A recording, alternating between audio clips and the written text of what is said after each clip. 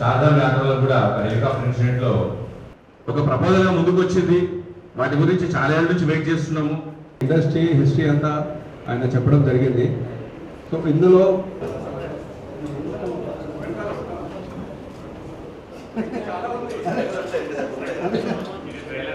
So మేము request చేస్తుంటే గవర్నమెంట్ని, సార్ ఒక అడ్వర్టైజ్మెంట్ పాలసీ అనేది ఒక సమగ్రమైన అడ్వర్టైజ్మెంట్ పాలసీ తీసుకురావడం వల్ల సో ఇక్కడ ఎన్నో వందల మంది, వేల మంది ఏజెన్సీలకు దొరుకుతుంది. దాంతోపాటు కొన్ని లక్షల మందికి ఉపాధి దొరుకుతుంది. కొన్ని లక్షల ఫ్యామిలీస్ దీనిపైన బతకడం జరుగుతుంది. సో కాబట్టి మేము రిక్వెస్ట్ ఏంటంటే ఒక 1.5 year నుంచి మేము వెయిట్ చేస్తున్నాం ఈ సమగ్రమైన అడ్వర్టైజ్మెంట్ పాలసీ గురించి అనేసి. సో ఆ పాలసీ రావడం వల్ల జిహెచ్ఎంసీ పరిధిలో కూడా ఇప్పుడు కొత్తగా జిహెచ్ఎంసీ పరిధిలో కొన్ని వేల హోర్డింగ్స్ వచ్చే అవకాశం ఉంది. దాన్ని కూడా మేము రిక్వెస్ట్ ఏం చేస్తున్నాం, నిర్దిష్టమైన ఒక పాలసీలో ఒక నిర్దిష్టమైన సైజు, పరిమితులు వీటితో ప్రకారం మాకు పాలసీ రావడం వల్ల ఏంటంటే మేము ఆ పరిమితుల ప్రకారం పెట్టుకుంటాము. దాంతోపాటు బిజినెస్ నడుస్తుంది, దాంతోపాటు గవర్నమెంట్కు వివిధ రూపాలలో కూడా ఆదాయం వస్తుంది. ఒకటి మన అడ్వర్టైజ్మెంట్ ట్యాక్స్ కాకుండా జిఎస్టీ, ఏది మనకి మేము చేసే బిజినెస్ పైన జిఎస్టీ కడతాము, మేము వాడే స్టీల్ పైన, ప్లస్ ఆర్ఎంసీ పైన, ఎలక్ట్రిసిటీ ఎక్విప్మెంట్స్ పైన, అన్నిటిపైన దీనిపైన మీకు వివిధ రూపాల్లో కూడా జిఎస్టీ ఆదాయం అనేది రావడం జరుగుతుంది. సో ఈ ఆదాయము మరి గవర్నమెంట్కి వస్తుంది కాబట్టి కొన్ని వందల కోట్ల ఆదాయం దీంట్లో స్కోప్ ఉంది.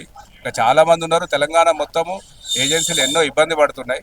సో దాని గురించి అనేసి మేము అడ్వర్టైజ్మెంట్ పాలసీ కొత్తది రావాలని మేము కోరుకుంటున్నాం. సమగ్రమైన కొత్త అవుట్డోర్ అడ్వర్టైజింగ్ పాలసీ గురించి ఈరోజు ఈ సమావేశం జరిగింది ప్రెస్ క్లబ్లో. ముఖ్యమంత్రి రేవంత్ రెడ్డి గారికి మా విన్నపం, ఈ కొత్త పాలసీ వల్ల ఎంతోమందికి అంటే 1,00,000 మందికి పైగా ఉపాధి దొరుకుతుంది. అలాగే రెవెన్యూ కూడా ఎప్పుడు మనకి దగ్గర ఉమ్మడి ఆంధ్రప్రదేశ్లో 20-30 కోట్లు ఉంటే ఈరోజు 8 నుంచి 10 కోట్లు అయింది. అది అట్లా కాకుండా 250-300 కోట్లకి పెరిగే అవకాశం ఉంది. ఉపాధి కూడా 1,00,000 మందికి పైనే వచ్చే అవకాశం ఉంది. మనం కంపల్సరీగా ముఖ్యమంత్రి రేవంత్ రెడ్డి గారికి నాకు విన్నపం, మాకు గ్యారంటీగా ఆయన మంచి చేస్తారు, కొత్త సమగ్రమైన పాలసీని తీసుకొస్తారు. ఈ కాంగ్రెస్ ప్రభుత్వం పేదల పెన్నిది. గత ప్రభుత్వం చాలా ఇబ్బందులు పెట్టింది అవుట్డోర్ మీడియాని. జిహెచ్ఎంసీ పరిధిలో 68 జీవో తీసుకొచ్చి పూర్తిగా నిర్వీర్యం చేసింది.